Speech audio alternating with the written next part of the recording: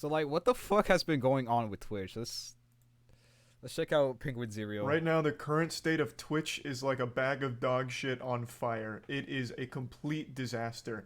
It's like the most degenerate reality TV show program ever broadcast, and the entire internet can't look away, myself included. I wanted to break down every single plot line going on in the Twitch drama sphere, but that would consist of more chapters than a Harry Potter book to it. Every single day, a new bomb gets dropped. Every time you go to sleep, you'll wake up as if Santa Claus visited you, and instead of putting presents under the tree, he put coal and drama in your stocking. And for a lot of people that enjoy watching a shit show from the sideline, that's better than any Christmas present you could ever. Yes, because you can make content out of it. You can make content out of this just by, you know, reacting.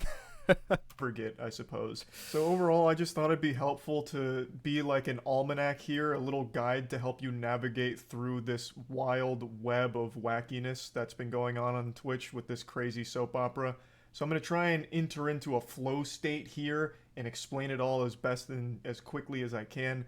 So I'm going to try and really tap into the avatar state here. Like, so much shit has been happening on Twitch. Like, I don't know if like Twitch is going to be like the best anymore when it comes to streaming and shit, because we got the Gideon situation with like racism and all that, favoritism. We got these allegations. I don't know we're about to listen to that right now. Fucking gambling, hot tub streams, girl getting clapped live on stream. Just so much. So much drama. It's fucking like wild. To drive home all of the important stuff happening there.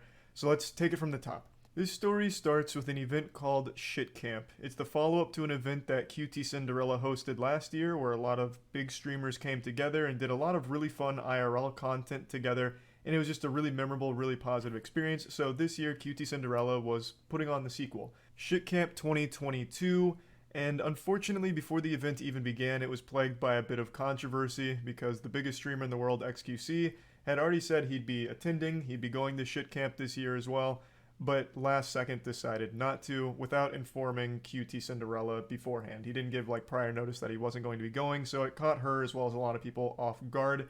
And I'm going to go ahead and give my take on this because this is kind of where blood started boiling a bit. This was like the first bit of drama to start this incredibly apocalyptic week off. I'm just going to play a clip from my stream where I briefly talk about it because I don't want to just plagiarize my own stream here, so I might as well just play the clip where I already talked about this. So it all started with Shit Camp. It all started with XQC not going to Shit Camp and not... So like, did everybody forget about the Gideon situation? With the fucking racism and favoritism? Cause like, I feel like everybody forgot about that. Hashtag Twitch respond about. I'll put that in the fucking description and whatnot. But fuck, man. Damn. Telling anyone that he wasn't going until it like happened. Which is very standard for XQC. Usually he'll say yes to anything he's invited to, but then not show up, but he doesn't tell anyone. Like for Creator Clash, iDubbbz didn't know he wasn't coming until the day that the event happened. He's not good at communicating. There's nothing wrong with not going. I just think he needs to be better at communicating. I don't think he does it maliciously. I really think he just doesn't think to do it. People like to try and spin it as like a malicious thing. I don't get that impression. I really just think he is so focused on stream and content that things like checking in with people, updating people, he doesn't even think to do. Yeah, there are some people that like that who just got, they got shit to do. It's like people take it too personally when someone's busy. Like for example, if like you guys schedule something and then they don't show up because shit happened to their end, like people get bad vibes from that. I don't know why, but gotta understand, man. People got shit to do. It never at any point comes across his mind. Now, this event on its own was a big controversy, but it wasn't a massive one. It was frustrating to QT Cinderella and organizing the shit camp, but overall, I think everyone walked away from this situation still on decent terms with one another. But it really set in motion a series of events that ended in an absolutely cataclysmic disaster for streamers, and it can all be traced back to one single event that happened at shit camp that was nobody's fault, just a pure, innocent accident, a force of nature that no one could have stopped. E-Rob. E-Rob is another big streamer, and E-Rob attended shit camp. E-Rob... See, I don't know who that is. I know XQC, but I don't know who this Cinderella and this guy. I don't know. The internet's so fucking big. Holy shit. Made a joking threat to one of his longtime viewers in a chat. I believe it was offline chat. E-Rob made a joke about beating him up at TwitchCon. And Twitch banned E-Rob for this. He got a 7-day ban for joking with one of his viewers about beating his ass. And then Twitch eventually revisited this ban not long after issuing it, and they decided to increase the duration from 7 days to 30 days. E-Rob received a 30-day ban for joking with one of his viewers about beating them up at TwitchCon. And that's where everything went to shit. That's where we shifted to a different dimension of pure darkness, sadness, and filth. Our entire timeline shifted from this one event. E-Rob's unjustified banning over nothing. E-Rob would have got a less harsh sentence if he got butt-fucked by that viewer on stream. We just saw Twitch give a 7-day ban to that girl that had sex on stream. E-Rob would have been better off filming a fucking sex tape live on stream with that viewer. He would have got a less harsh ban. Such an unbelievably silly ban, and this event was a lot like the assassination of Archduke Franz Ferdinand and how that event helped kick off World War I. This was the catalyst for all of the shit that's been going on Twitch right now. So shortly after E-Rob's ban, there was a very public breakup between XQC and his longtime girlfriend, Adept. The two of them then went even more public with information around the breakup, even arguing in a Discord call while being streamed in front of an audience of 100. See, I don't get why stream that? Why stream that? Why stream you breaking up live? Why? You don't have to make that shit public, dude. Yeah, XQC, he shot himself in the foot with this one. Like, I don't know why would you stream that. Sometimes, like, you just gotta handle things like private. But I don't know, man. I don't fucking know. 20,000 viewers all waiting on bated breath for new, juicy, spicy drama. There was a lot of very private, personal stuff that was revealed, and it was a big deal for about 8 hours until the next bomb on Twitch dropped. What the fuck? Why? Which was Slicker and the scamming that came to light. I made a whole video about this because this is one of the biggest scams I've seen on a live streaming platform. I'll break it down to like the bare bullet points here. Slicker, very popular streamer for a time. Again, I don't know who this guy is. Who the fuck is Slicker? The only time the only time I know him now is this fucking drama. Like, holy shit. Was using his viewers as piggy banks. He would message a lot of his viewers and his mods with sob stories about like his bank being closed and how much he needs the money, and he was able to gather a lot of money from fans as well as friends. He reached out to pretty much all of his streamer friends and begged them for money and got money from them too, promising to pay them back, but only paying back very few of them. He spent it all gambling. He used roughly $300,000 of funds that he got from friends and fans and used it all gambling. So that all came to light, which then overshadowed the breakup stuff and the Slicker scam being the biggest news on the platform until the next day. So you can't really blame. Okay, so like you can't really blame the guy. Like you gotta be the most stupidest person to ever like even like fall for that. I don't know. Like I don't know. I don't know. That's the thing. I don't know. We just gotta continue. Let's continue. That had about 24 hours worth of being Twitch's biggest controversy, so that had a pretty good run, all things considered. There was a lot of longevity there.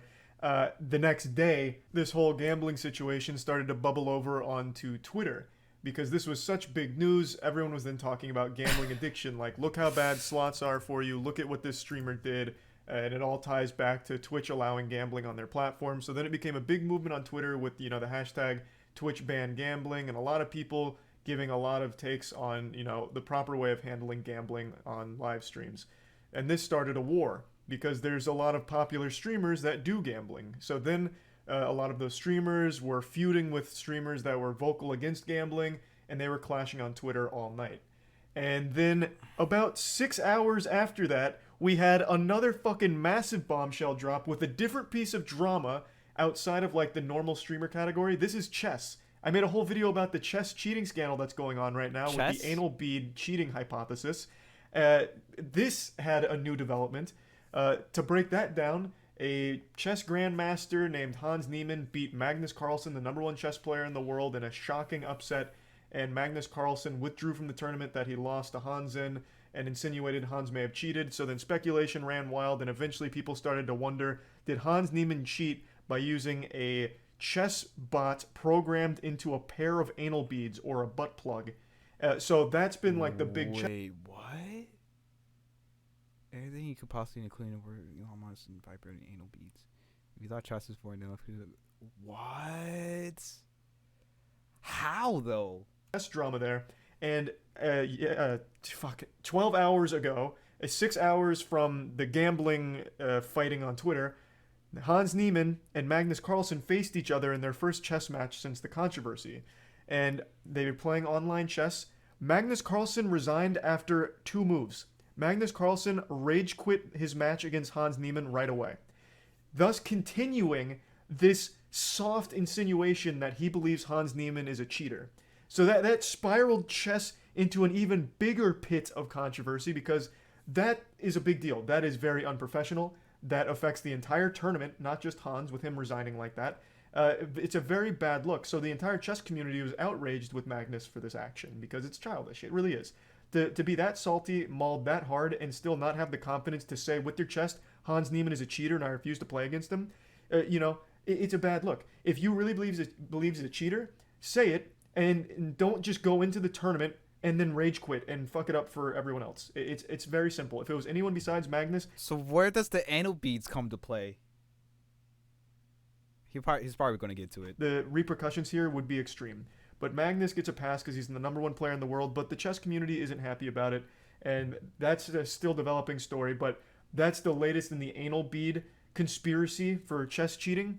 And that was the hottest news on Twitch because it was broadcast on Twitch. But that was the hottest news in Twitch drama for only about 4 hours. Because 4 hours after that, the fighting on Twitter reached an absolutely crazy climax. After getting into a disagreement with fellow streamers on Twitter, Trainwrecks TV released this tweet here, which made hefty accusations about one of the largest streamers being complacent in a cover-up of a sexual assault. This, of course, is a massive deal. This is no longer just petty internet drama. Sexual assault is a crime, and it is something that should never be taken lightly. So this kind of accusation clearly had a massive effect on the entire platform. And throughout the course of the night, over like a 4-hour period, a lot of clips were surfacing. The victim of this story that Train was alluding to in the tweets also spoke out and went live to explain the story.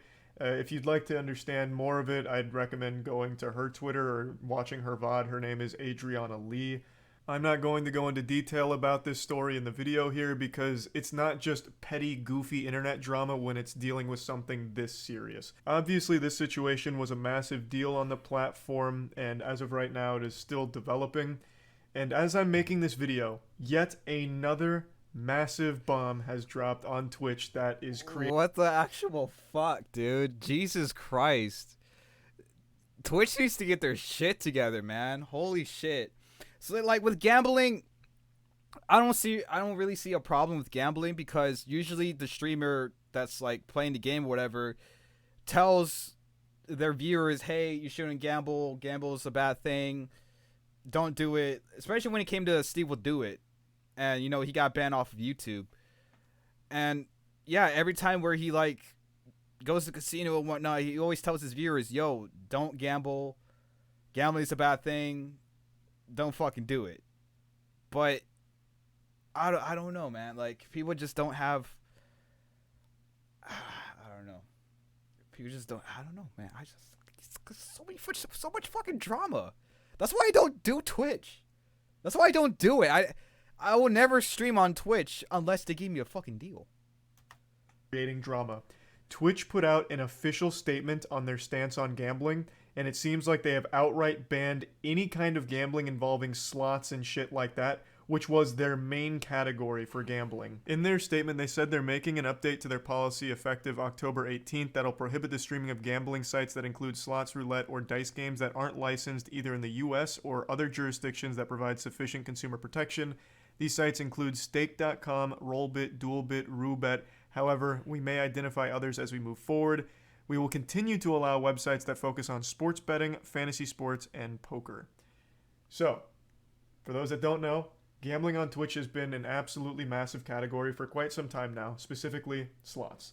That's where most of all of the gambling streams take place, in the slots category. And the biggest sponsor of gambling streams on Twitch is Stake.com. The fact that Twitch put Stake.com in their statement by name is huge. They are paying millions upon millions of dollars for streamers to gamble on their site. They have so much sponsorship money that they've tossed around on Twitch. I'm calling this right now. People are either going to move to YouTube to start gambling and shit, or people are going to start, like, Rumble, the new fucking platform, whatever, is going to make some deals to said gambling streamers.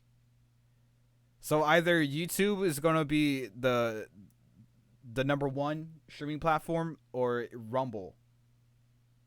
I'm calling this right fucking now. I'm calling this right now. It's either YouTube or fucking Rumble. Holy shit. And the fact that they are now prohibited immediately cuts that entire thing off. I truly never thought Twitch would outright ban gambling like that. Now, of course, they did allow exceptions for, like, poker, sports betting, and fantasy sports, but I genuinely never thought that they would cut off slots, roulette, and everything there. That is a wild, big dick move there that is going to cause at least a month worth of controversy on the platform, because there's a lot of gambling streamers that just lost massive amounts of money from their Stake.com sponsorship deal, as well as just content, because streaming slots for a lot of streamers was the main source of their content for a while now. So that's just going to be a huge change for a lot of people on there. Not only streamers, but viewers, because there's a ton of viewers that only watch gambling content. So that whole situation there, that's a game changer. So it has been a fucking crazy week on Twitch. It's fucking wild. Hopefully this caught all of you up to speed. I gave you, like, the bare bones essentials to every story that's been going on recently. That's about it. So yeah. Okay, so this might be a blessing in disguise. Now hear me out. Now that they're banning fucking gambling and shit, the next thing they're going to ban is hot tub streamers, because I am sick and fucking tired of Twitch promoting sexual content on their fucking platform when they know damn well that there are fucking incels and, you know, young gullible people that will watch that shit and not do a damn thing about their lives. You know, they just sit there, whack off, they will donate, whatever, and it's terrible, because usually hot tub streamers, they have a Linktree or whatever to OnlyFans, and that's a big no. That's a no for me. But if you're on YouTube, you know, whatever, because, you know, anything goes on YouTube, except, like, to a certain extent. But I think this is a blessing in disguise. This is a blessing in disguise. So, W question mark for Twitch? Because now fucking gambling streamers, they gotta come up with something new. They gotta come up with something new, man. Like, don't get me wrong, I I don't care about gambling. You know, gamble or not gamble, who fucking cares? Just don't promote it to your viewers. Don't fucking like, you know, scam your viewers, because I'm not into that shit. But like, damn, this is like I said, this might be a blessing in disguise. This might not be, because I'm pretty sure now the gambling streamers, they're going to move on to either YouTube or Rumble, and now Twitch has to deal with the hot tub streamers.